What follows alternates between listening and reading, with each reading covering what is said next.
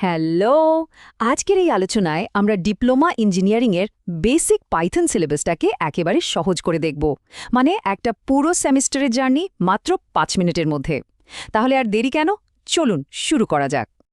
দেখুন, যে কোনো কিছু শেখার আগে আমাদের সবার মনেই একটা প্রশ্ন আসে, তাই না? যে এটা শিখে লাভটা কি? পাইথনের মেলাতেও ঠিক তাই। এটা এখন প্রোগ্রামিং দুনিয়ার সবচেয়ে জনপ্রিয় ল্যাঙ্গুয়েজগুলোর একটা। কিন্তু কেন? আসল কারণটা কি? চলুন পরের স্লাইডেই সেটা জেনে নেওয়া যাক। পাইথনের এত জনপ্রিয়তার আসল কারণ হল এর সরলতা। এর কোডগুলো দেখতে অনেকটা সাধারণ ইংরেজি ভাষার মতোই। আর এর সাথে তো বিশাল লাইব্রেরির সাপোর্ট আছেই, যা আর্টিফিশিয়াল ইন্টেলিজেন্স বা ডেটা সায়েন্সের মতো কঠিন কাজকেও একদম সহজ করে দেয়। আর সবচেয়ে বড় ব্যাপার হলো, একবার কোড লিখলে সেটা যে কোনো কম্পিউটারে চলে। এক কথায় একটা ইউনিভার্সাল টুল। আচ্ছা, তাহলে এবার একটু ভেতরে ঢোকা যাক। যে কোনো ভাষা শিখতে গেলে যেমন আগে তার বর্ণমালা শিখতে হয়, প্রোগ্রামিংয়ের ব্যাপারটাও ঠিক সেরকম। এখানে আমরা পাইথনের সেই বেসিক জিনিসগুলো সম্পর্কে জানব, যেগুলো ছাড়া কোড লেখাই সম্ভব না। ভ্যারিয়েবলকে খুব সহজ করে বললে এটা একটা বাক্স বা কন্টেনারের মতো, যার একটা নাম দেওয়া থাকে। এই বাক্সে আমরা যে কোনো তথ্য, যেমন কোনো সংখ্যা বা টেক্সট, রেখে দিতে পারি। পরে ওই নাম ধরে ডাকলে সেই তথ্যটা পেয়ে যাব। যেমনটা এখানে দেখছেন, নেম নামের বাক্সে আমরা স্টুডেন্ট লেখাটা রেখেছি। এখন কথা হলো, এই বাক্সে আমরা কি রাখব, মানে কি ধরনের জিনিস? এটাই ঠিক করে দেয় ডেটা টাইপ। যেমন পূর্ণ সংখ্যার জন্য আছে ইন্ট, দশমিক সংখ্যার জন্য ফ্লোট, যে কোনো লেখার জন্য str, আর হ্যাঁ বা না মানে সত্য মিথ্যার জন্য বুল। ব্যাপারটা অনেকটা পানির জন্য বোতল আর বইয়ের জন্য ব্যাগের মতো। আর অপারেটরগুলো হলো প্রোগ্রামিংয়ের অ্যাকশন হিরো।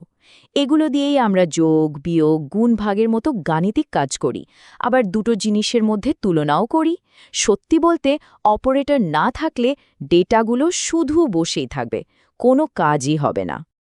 আচ্ছা, একটা প্রোগ্রামের সাথে আমরা কথা বলবো কিভাবে? খুবই সহজ। ইনপুট ফাংশন দিয়ে আমরা ইউজারের কাছ থেকে তথ্য নিই, আর প্রিন্ট ফাংশন দিয়ে তাকে ফলাফল দেখাই। এই দুটো জিনিসই হলো প্রোগ্রামের সাথে আমাদের কথা বলার মূল রাস্তা।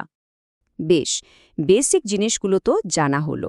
এবার চলুন দেখি এই ভিত্তি ব্যবহার করে কিভাবে একটা প্রোগ্রামকে আরও স্মার্ট বা বুদ্ধিমান করে তোলা যায়। এই ধাপে আমরা দেখব কিভাবে লজিক ব্যবহার করে প্রোগ্রামের কাজকে নিয়ন্ত্রণ করা যায়, যাতে ওটা নিজে নিজেই ছোটখাটো সিদ্ধান্ত নিতে পারে। ভাবুন তো, আমরা যখন কোনো রাস্তার মোড়ে দাঁড়াই তখন কি করি? ডানে যাব না বামে যাব, একটা সিদ্ধান্ত নিই। ইফ, এলিফ, এলস ঠিক এভাবেই কাজ করে। প্রোগ্রাম প্রথমে ইফ দিয়ে একটা শর্ত চেক করে। যদি সেটা সত্যি হয় তাহলে ওই পথে যায়, না হলে এলিফ দিয়ে আরেকটা শর্ত দেখে, আর যদি কোনো শর্তই না মেলে তখন এলসের রাস্তায় চলে যায়। আচ্ছা, একই কাজ যদি বারবার করতে হয় তখন কি হবে? তার জন্যই আছে লুপ। ফর লুপ আমরা সাধারণত তখন ব্যবহার করি যখন আমরা জানি যে কাজটা ঠিক কতবার করতে হবে। আর ওয়াইল লুপ ততক্ষণ পর্যন্ত চলতে থাকে যতক্ষণ তার শর্তটা পূরণ হতে থাকে। এতক্ষণ আমরা একটা একটা করে ডেটা নিয়ে কাজ করছিলাম, কিন্তু বাস্তবে তো আমাদের একসাথে অনেক ডেটা নিয়ে কাজ করতে হয়, তাই না? এখানেই আসে ডেটা স্ট্রাকচারের ধারণা, যা আমাদের তথ্যগুলোকে সুন্দরভাবে গুছিয়ে রাখতে সাহায্য করে। পাইথনে অনেক ধরনের ডেটা কন্টেইনার আছে, যেমন স্ট্রিং হলো সাধারণ লেখা বা টেক্সট। লিস্ট হলো এমন একটা তালিকা যার ভেতরের জিনিসগুলো পরে বদলানো যায়। টাপলও একটা তালিকা, কিন্তু এর ভেতরের জিনিসগুলো একবার সেট করে দিলে আর বদলানো যায় না। আর ডিকশনারি হলো একটা ফোন বুকের মতো, যেখানে নাম, কি দিয়ে নম্বরটা, ভ্যালিউ খুঁজে বের করা যায়।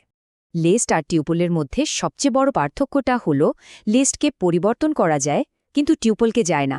এই কারণে যখন আমরা চাই যে আমাদের ডেটা যেন কেউ ভুল করে বদলে না ফেলে, তখন টিউপল ব্যবহার করা হয়। আর এই অপরিবর্তনীয় স্বভাবের জন্যই টিউপল লিস্টের চেয়ে একটু বেশি ফাস্ট কাজ করে। দারুণ! আমরা তাহলে ভিত্তি শিখেছি, লজিক শিখেছি, এমনকি ডেটা গুছিয়ে রাখতেও শিখেছি। এবার তাহলে সবগুলোকে একসাথে করে কিছু কাজের জিনিস বানানোর পালা, তাই না? ফাংশনকে ভাবা যেতে পারে একটা রান্নার রেসিপির মতো। একবার রেসিপিটা বানিয়ে রাখলে ওই একই জিনিস বারবার বানানো যায়, তাই তো? ফাংশনও ঠিক তাই। মানে একবার কষ্ট করে কোডটা লিখে রাখলে যতবার খুশি এটাকে কল করা যায়। এতে কোড দেখতেও সুন্দর হয় আর কাজও হয় দ্রুত। প্রোগ্রাম কি শুধু নিজের ভেতরেই আটকে থাকে? একদমই না। ফাইল হ্যান্ডলিং দিয়ে প্রোগ্রাম বাইরের যে কোনো ফাইল থেকে ডেটা পড়তে পারে, আবার নতুন ডেটা লিখে সেভও করতে পারে। আর এর প্রক্রিয়াটাও খুবই সহজ। ফাইলটা খুলতে হয়, কাজ করতে হয়, আর শেষে বন্ধ করে দিতে হয়। ব্যাস। অনেক সময় প্রোগ্রামে এমন কিছু ভুল হতে পারে যা আমরা আগে থেকে ভাবতেই পারিনি, আর তখন প্রোগ্রামটা ক্র্যাশ করে বা বন্ধ হয়ে যায়। এই ধরনের পরিস্থিতি সামলানোর জন্যই আছে ট্রাই অ্যাকসেপ্ট ব্লক। এটা একটা সেফটি নেটের মতো কাজ করে, যা ভুলগুলো ধরে ফেলে আর প্রোগ্রামটাকে বন্ধ হয়ে যাওয়া থেকে বাঁচায়। তত্ত্বের আলোচনা তো অনেক হলো, এবার আসল মজা। এই সেমেস্টারে এত কিছু শেখার পর বাস্তবে কি তৈরি করা সম্ভব? চলুন এবার কিছু সত্যিকারের প্রজেক্ট দেখা যাক, যা এই সব জ্ঞানকে কাজে লাগিয়ে বানানো যাবে। প্রথম প্রজেক্ট হিসেবে বানানো হবে একটা সিম্পল ক্যালকুলেটর। এখানে ভেরিয়েবলস, অপারেটর আর ইফেলসের যা যা শেখা হয়েছে সব সরাসরি কাজে লাগবে। এটা একটা দারুণ শুরু। এরপর আরও মজার একটা প্রজেক্ট, নাম্বার গেসিং গেম। এই গেমটা বানানোর জন্য লুপ, ইনপুট, আউটপুট আর কন্ডিশনাল লজিকের ব্যবহার করতে হবে।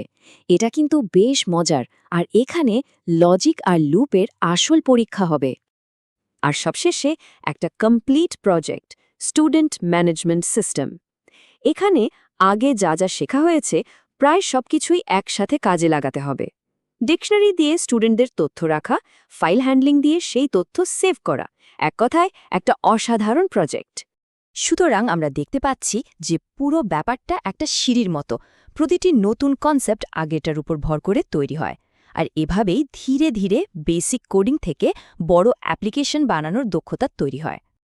এই সেমেস্টারের শেষে পাইথনের একটা শক্তিশালী ভিত্তি তৈরি হয়ে যাবে। এখন আসল প্রশ্ন হল, এই নতুন দক্ষতা দিয়ে এরপর কি তৈরি হবে? সম্ভাবনা কিন্তু অসীম। আকাশটা খোলা, শুধু ভাবতে হবে আর বানিয়ে ফেলতে হবে।